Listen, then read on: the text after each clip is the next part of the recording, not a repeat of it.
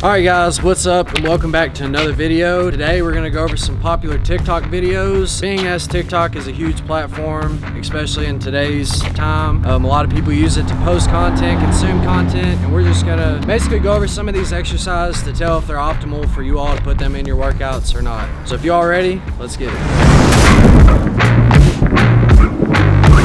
Okay, before we jump into this, I'm just going to go ahead and say I'm not a perfectionist, but I'm gonna be picky about the stuff that he's going over, like even the stuff he says. If you're all ready, we're gonna dive right into this. All right. Here's one of my all-time favorite and most effective bicep workouts. I've been doing it for years and I want you to have it.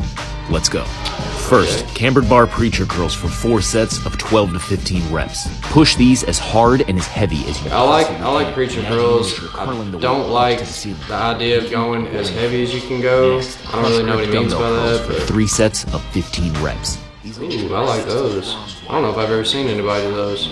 Keep your elbows in and constantly crush the dumbbell inwards with your grip as you curl up to the top. Then, single arm dumbbell hammer curls with a staggered stance and the plane of your shoulders opened up to the side, really controlling the negatives down and focusing on keeping the crease of your elbow facing the ceiling. Then, an isometric hold for absolute max time, using the same dumbbell that you use. Now with iso holds, I don't think I've seen somebody do an iso hold with a hammer curl. Usually when I see people do iso holds, the wrists are usually like pronated or supinated with biceps. Based off my first impression, these look like great workouts. But like I said, I'm gonna go over each one of these like very methodically and just pick out this is all based off my experience. These are all my opinions. Like don't take this as, I'm just, trying to bash people or, I'm just trying to downgrade this guy's videos or whatever. Because like I said, for the most part, they look great. All right, we're gonna jump into triceps now. Okay, this guy knows what he's talking about because he's obviously jacked. From a dead stop on the floor, keeping your elbows tucked in at your side. So full press.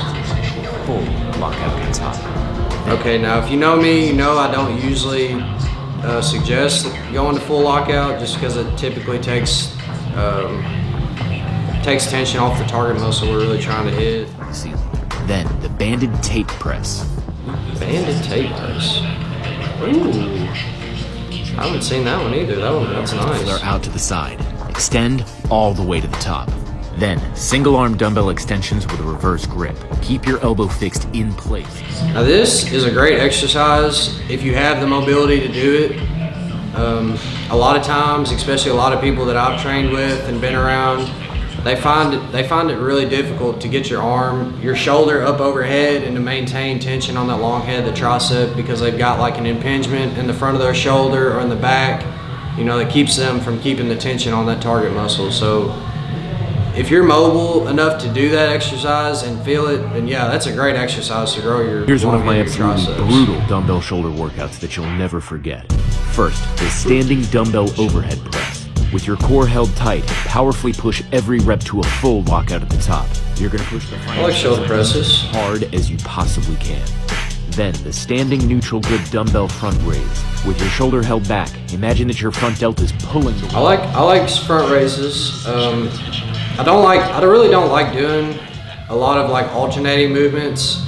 I would rather just knock out all my reps out on the right side and then knock them all out on the left side, because I feel like that little second or 2 seconds in between each one of those reps. If you're doing alternating exercises, you got to focus on one side, take your focus off of it, let that muscle relax, go to the other side, back and forth, back and forth. If you just do a unilateral movement and do your right side, that way you can focus on your right side and then your left side. That way you're kind of optimizing that you're training and how you're doing your rest periods and your sets. It makes sense to do it that way. For me, like I said, this is just advice. You don't have to take it. I'm just giving advice. Imagine that your front delta is pulling the weight up to the ceiling. Secure the tension. I like front raises, I do, but alternating. Rear delt kickback. This one is incredible. Okay, I'm gonna talk about these a little bit. This is almost like, I haven't done these with dumbbells. I'll usually use an easy bar when I do these. I'm gonna try dumbbells because that probably would be a better option, being as with a fixed barbell in that position, it's kind of hard, especially if you've got a big butt. It's hard to literally get like full extension because you're hitting your glutes every time you're trying to extend back. They almost look like they'd be like something for a tricep maybe or a lat, but I really like these for real. I've seen somebody else. I didn't see this. This isn't the first time I've seen this exercise done. It's the first time I've seen it done with dumbbells, but I really like these. A lot of people don't do that. You don't see these a lot. Out of the bottom with your index and middle finger. Then Calls them a rear delt kickback. keep the path of the dumbbells angled slightly forward and imagine that you're pushing. Dumbbell lateral raises, you already know I love them. I have them in every one of my shoulder workouts. Your stance staggered and use your forward leg as a guide. And he's doing them unilaterally too. I'll do those, you know, those are both great options. Block out the pain and hold it for as long as you can.